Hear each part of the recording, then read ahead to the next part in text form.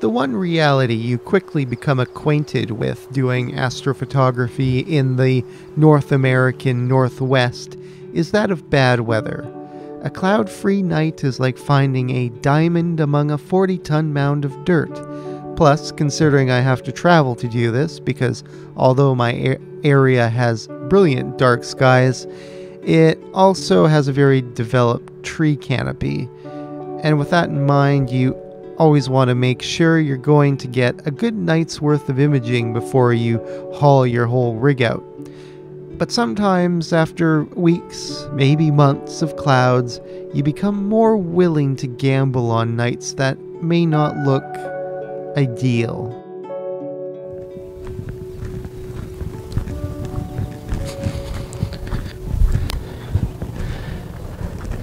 Look at this beauty of a spot.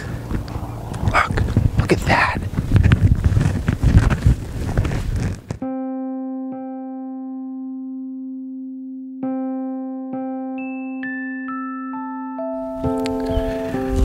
Well, I've had quite the leisurely setup tonight.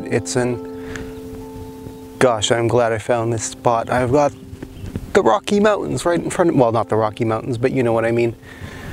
Oh, this is a nice spot. And I've got a perfect 360-degree view of the night sky, and not really any trees or anything that are going to block certain areas like I used to have at my old spot. Although there is one thing that I'm not very happy about tonight. Things were looking very nice earlier, however, now you can see the conditions haven't, you get the point, even though it won't focus. So I'm hoping that's not going to affect my night too much. I have the moon at something like under 20%, and it's going to be setting later anyways. And I do see some high-level clouds in that direction that seem to be getting closer, but I don't know, it could go either way at this point. It'd be interesting to see what the light pollution here is like. I mean, I've got Vancouver a few hundred miles over in that direction, so I'm sure there's going to be some glow in that direction, but I'm not shooting in that direction tonight, because tonight I am going to try and shoot Swan and the Sunflower Galaxy, because I've had really crappy weather this galaxy season, so I'm going to make the best of it I can. You know, I've got to make the most of the time that I have right now, because the thing about being at this kind of latitude, I'm at 49 degrees. Once you get into June, pretty much for the month of June, there is no astronomical nighttime. It only goes down to, what is it, nautical twilight or whatever.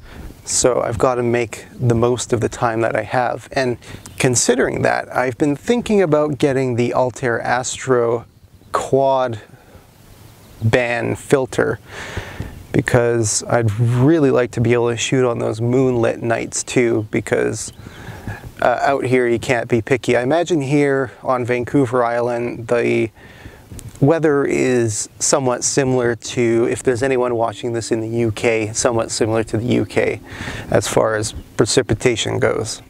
At 30 million light-years distance, Messier 63, otherwise known as the Sunflower Galaxy, is a target I've been very much looking forward to imaging.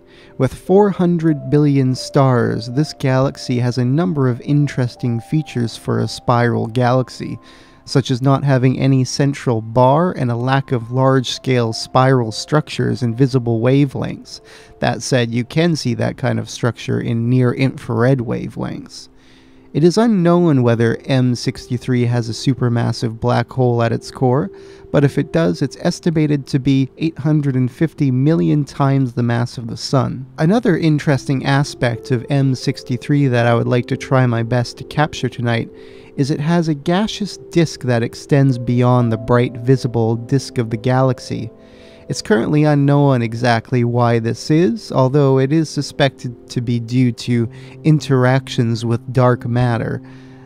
I have a feeling that this dim area will be tricky to capture with my DSLR, but hopefully with enough data I can get enough to satisfy me.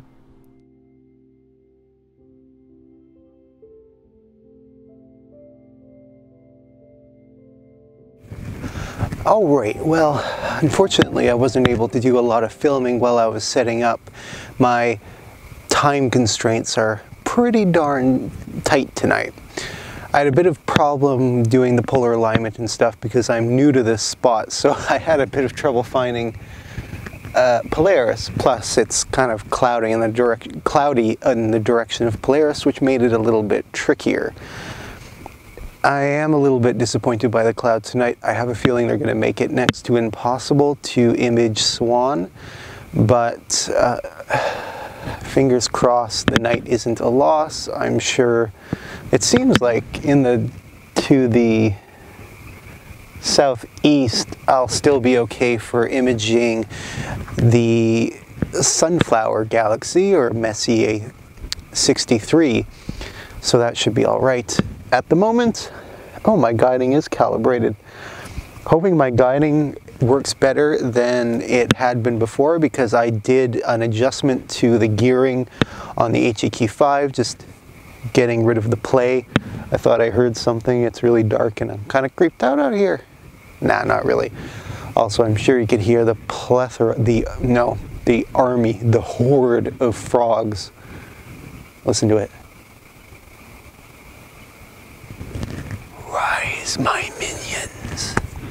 Stop the guiding because this isn't where I want to guide. I just wanted to calibrate. And let's get this thing over to Swan. The only problem is my light that I'm filming with is right in the direction that Swan is. So I'm going to have to reset that up. Alright, probably a little bit hard to see me at the moment, but I am currently slewing over to Swan.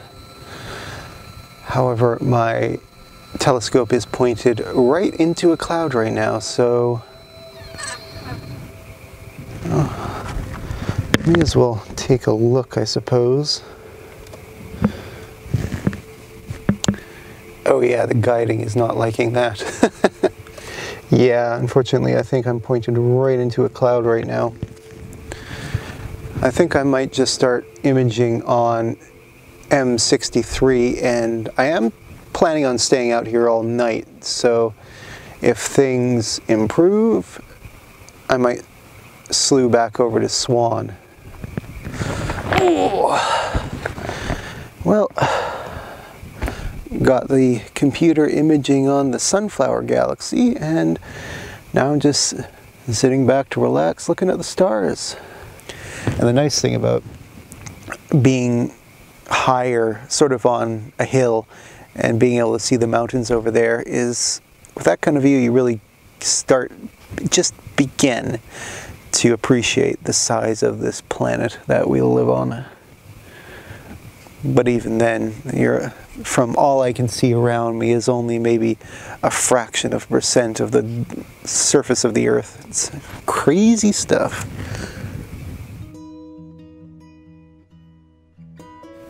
Alrighty, so about an hour into doing my subs, things are actually going nicely. My guiding's looking pretty good. Cloud cover's been staying out of my target area for the most part, and to say, Sunflower's looking pretty nicely. I am doing 40, I'll probably do more than that, but for now I have 40 180-second subs at 800 ISO, and I am planning to do some more if weather cooperates. I saw something a little odd.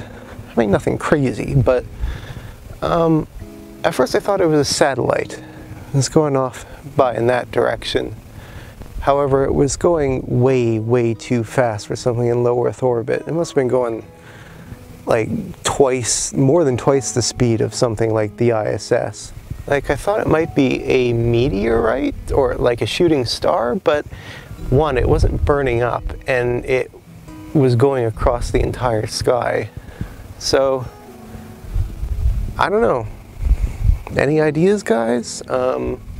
My guesses are maybe a meteorite that is whizzing by Earth, because that could be going that fast. I don't know if there's any satellites that are in a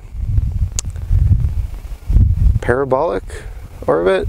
I'm blanking on this right now. I'm quite tired. You know, like, I just heard something a bit odd. Oh, my fucking head's playing games with me now.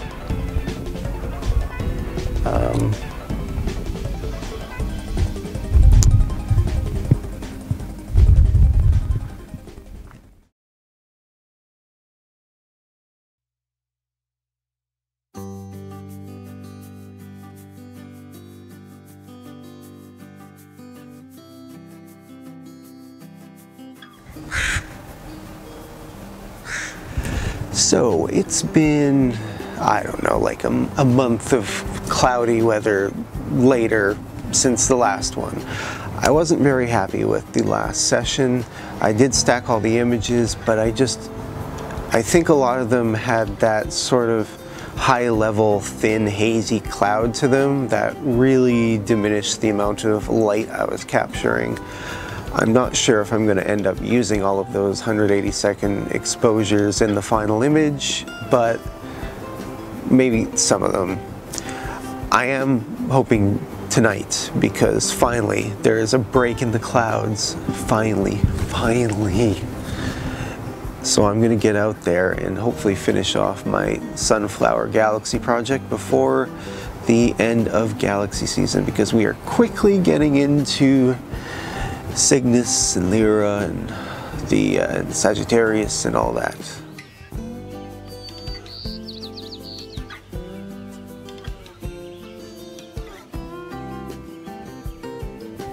Gosh, it's a beautiful night. Sure is a hell of a lot better night than the last night I was out here trying to do Crescent, because it was full moon. That video is coming soon. Well, maybe. Anyways, things are looking really good tonight. I haven't rechecked the satellite imagery yet, but I imagine because I'm not seeing clouds over to the west, things should be pretty good, because usually if there's going to be clouds, they start over the mountains and come over this way. There is cloud over Vancouver at the moment, it seems like, but pretty damn good here. And you can hear the roosters. It's a beautiful night. Beautiful. Well, the weather certainly has held out. It is an absolutely beautiful night. There are the occasional little wispy kind of things that are hard to see at night, so I'm hoping those don't impact my imaging too much. Hopefully guiding tonight is good. I know that some people out there might be thinking, holy crap, that's a massive scope for an HEQ5, but it is within the weight limit, and some. I mean, it's not ideal for astrophotography, because it's like, you should ballpark, you shouldn't exceed 80% of the mount's maximum weight limit for astrophotography, and I imagine with all my stuff I'm probably at 90 or 85 or something. But I think with enough finessing, I can make this system work for the scope. So the plan for tonight was to get as many 180-second exposures on Sunflower as I possibly could. Well, I have been running into some slight issues tonight, like, not sure why, and I think it's not a problem with the software, but my USB keeps disconnecting for no reason during my imaging, so of course that disconnects the camera and stops everything. Thankfully, because Nina is really nice, once you get everything set up again, you can just start off where you left off. For my guiding situation, at the moment the declination is running fantastically. However, the right ascension is the one that I am consistently having problems with. Now, at this moment, I will show the log of my graph for tonight right here. in front of my face. And if anyone has any suggestions, I would be extremely grateful, because I'd really like to get my guiding sorted out nicely. It is working right now. Like, I have been able to get usable data, but I imagine that I would get just that much more fine detail if I was able to get my guiding within acceptable levels. At the moment, it's running at about 1.30 as far as arc seconds go, but the declination is great. It's running at, you know, like 0.4, 0.3. It's just the right ascension I'm having some problems with. But at the moment, I'm basically just waiting for clouds to pass. Thankfully, there's not much. It's just a little one that's come through. I've been tracking it on the satellite GOES 17. I tell you, I sure have been extremely happy with this new spot I found. One, it's picturesque and absolutely beautiful. I can see Vancouver across the inlet. I can see the mountains from Whistler. It's just fantastic up here. And it's hard to find good spots around here. You'd think that you can find all sorts of interesting areas out in the wilderness on Vancouver Island. However, the logging companies have blocked off all the service roads, so no one can actually access the wilderness, which I think is a travesty and quite appalling, frankly, to have our wilderness, our backyard, gated off. And the fact is, these are service roads that were built with taxpayer money. The fact that they've done that is just one thing that really grinds my gears. We're really screwing up. Oh shit, I'm getting political on an astrophotography channel.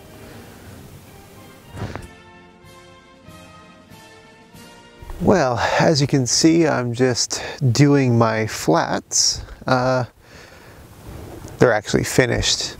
I use this tracing board that works just fantastically, although I kind of need to get a slightly bigger one because it doesn't quite reach all the way to the edges, but these things are pretty great. Work very well for doing your flat frames. So yeah, the clouds came over and they're not going anytime soon. It doesn't seem like it's supposed to cloud over around this time anyways. They were a bit early by a few hours, but what can you do? Clouds are clouds.